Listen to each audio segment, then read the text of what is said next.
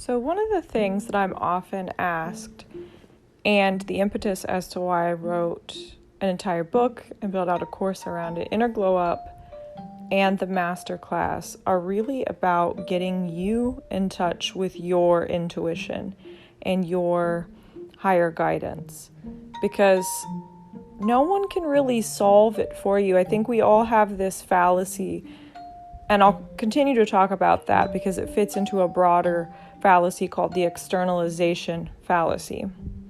We all have this attachment to needing something outside of us to make us whole or fix us or save us. And I think too often people expect, when I tell them about Inner Glow Up or talk about it, they expect it to be me swooping in as a hero and telling you, using my intuitive gifts to tell you exactly what it is you need to do in this life and exactly what you came here to do. And that's just not accurate. That's not ever going to be the design. The world is not for you to come into and deny your own gifts and need others. We all need each other. We're all connected, but ultimately the goal of coming here and existing on this plane is to develop your true connection to the divine and to understand that the divine is within you. You are a divine being. And with that divinity comes a connection to divine guidance. And so how does that differ from externalization? Being connected to the divine is more having this awareness and understanding of a connection that has endured across time and space since always. It is the opposite of separation and externalization. And when you're connected to your higher self and your true guidance and true wisdom, you're really connected to the divinity within you. We were all created in Creator, God, the universe's image, and we're all just shards of that same consciousness and greatness. And I can talk about that more in depth, but we're not going to get philosophical. We're going to push it more into the day-to-day. So many people ask, if I read Inner Glow Up, if I go through this process, is it going to tell me my calling? What should I do? I want to know the steps. And so many people turn to influencers or spiritual gurus. I hate the term, but spiritual gurus or other personalities to tell them what they should be doing and to carve the marble that is their existence and chisel that marble into this fantastic sculpture. And nobody's here to do that for you but you. It is for you to unearth the ability to hear that divine guidance and to have that connection. It's for you to unearth all of that so that it can endure and it can sustain you across all the decisions you need to make within that calling. That's what I call the divinely guided steps.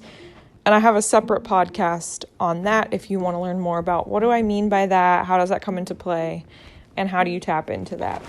But what we're talking about today is externalization. And you see that so much when it comes to people trying to understand how to be the next Steve Jobs or how to be the next this or that. People want to know what's the blueprint, what are the steps, how do I execute all of them in the right order. You're never going to get it intellectually. Those folks, the folks who have really made waves during their life on this earth, aren't people who consulted some type of rule book. They're people who were actually just deeply in tune with who they really are and what they came here to do. They could hear those divinely guided steps and they knew what to focus on and when to shift. And it happens in real time, right?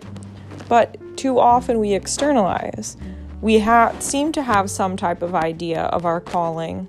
And this is very normal as you evolve and become higher vibration, is you had some type of calling in mind. Some people want to be an actor or actress or want to get into modeling or want to be a singer or songwriter or do something else where they're in the public eye. And for many people, that might be truly where their genius zone is and where their gifts really lie. But for many others, they're actually seeing that career or that occupation as a way to get love and attention and reverence, and to compensate for a lot of things that were missing in their childhood. And I can't look into that on everyone's basis. I can only speak in a general sense, and if that resonates with you or gave you a sense of perhaps that could apply to me, it's definitely worth looking into it. So rather than actually being plugged into a divine calling and an important path for you and what it is that you came here to do, instead you're very caught up in your wounds and your trauma, and from a very lower vibrational place, you're externalizing having your emotional needs met rather than doing the healing, doing the work for yourself to be that stability, that love, that safety for yourself, and that admiration. Instead, you're trying to let some occupation be your calling, which fulfills you of all these emotional qualities. But that's not what it's about. In general, you know you're on the right path to your calling when it's really not about you anymore. It's about service. It's about leveraging the gifts that you've been honing over lifetimes. Of course, if you believe in reincarnation and multiple lifetime theory. And if you're here, I hope that you do. It's not about only using this life, right? It's about honing all those gifts across those lifetimes and doing exactly what you came here to do, and knowing from a deep place of resonance and alignment that that's really it. And you can see this externalization show up beyond just the conversation around what's someone's true path, their calling, their truth, or any of the other numerous ways to express that, your life path.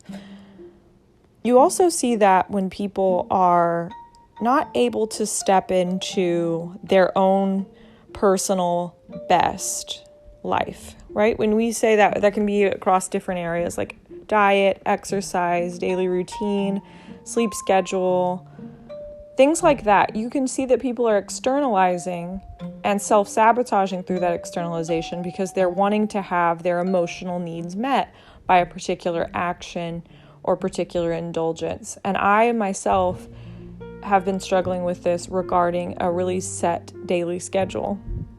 And it's something, a daily routine and keeping myself to a set sleep schedule. That's something I'm working on for myself and looking into as to why I tend to do that. But for others, it might be around diet or exercise. And exercise is a little bit trickier as to why we may be self-sabotaging or procrastinating. But oftentimes when we make dietary decisions that aren't in alignment with our true goals, it's because we are externalizing emotional states.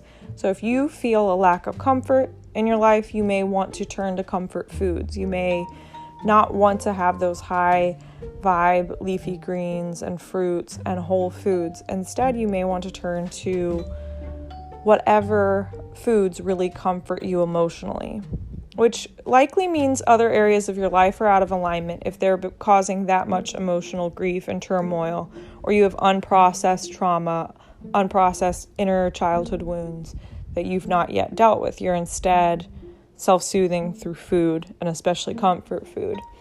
Another key tie-in, and I know I have always felt this as well when I've done the research or gotten something intuitively. When I hear the truth, it feels too easy, right? Like that just to hear that a comfort food means that you feel a lack of comfort or a lack of care. That feels almost too easy and too obvious. And I think this next one's going to be quite obvious to you as well.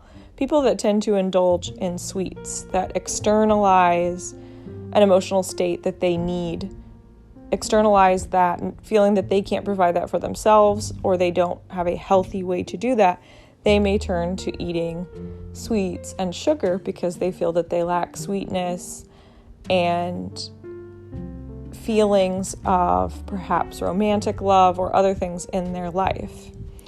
And so it all checks out when you look at the energetic cause of certain diseases as well. When you look at the energetic cause of diabetes, it talks about this comes from an ongoing pattern where there's a lack of sweetness in one's life. So then the body tends to stop knowing how to process sugars properly, or one abuses sweets to the point where their body can no longer regulate blood sugar. And so all of these things are examples of externalization, and it only derives from a lack of adherence to the universal truth that everything is connected and that we are all one unit of a greater, larger unit. Every single thing in the universe, each layer and each level down, is just a smaller but complete and whole part of the greater whole. All things, all people are completely whole. It's when you call all of that energy, call all of those thoughts to the contrary back home to you, that you'll really find progress, and you'll stop externalizing. You'll stop looking for compliments and positive feedback from others. You'll stop looking for sweetness or comfort or enjoyment from the foods you eat. Instead, you'll be eating for fuel only. There will no longer be these emotional entanglements and emotional levels to your actions and behaviors. They really only are what they are. So, knowing now what the concept of externalization is, seeking emotional states or seeking fulfillment or wholeness from things outside of self, knowing what that is and having that defined today, I would task you with making a list of 10 ways, go until you run out of ways that you've been externalizing, or ways that you've been trying to find the answer outside of self, or trying to integrate emotional states or integrate qualities outside of self. You may be surprised.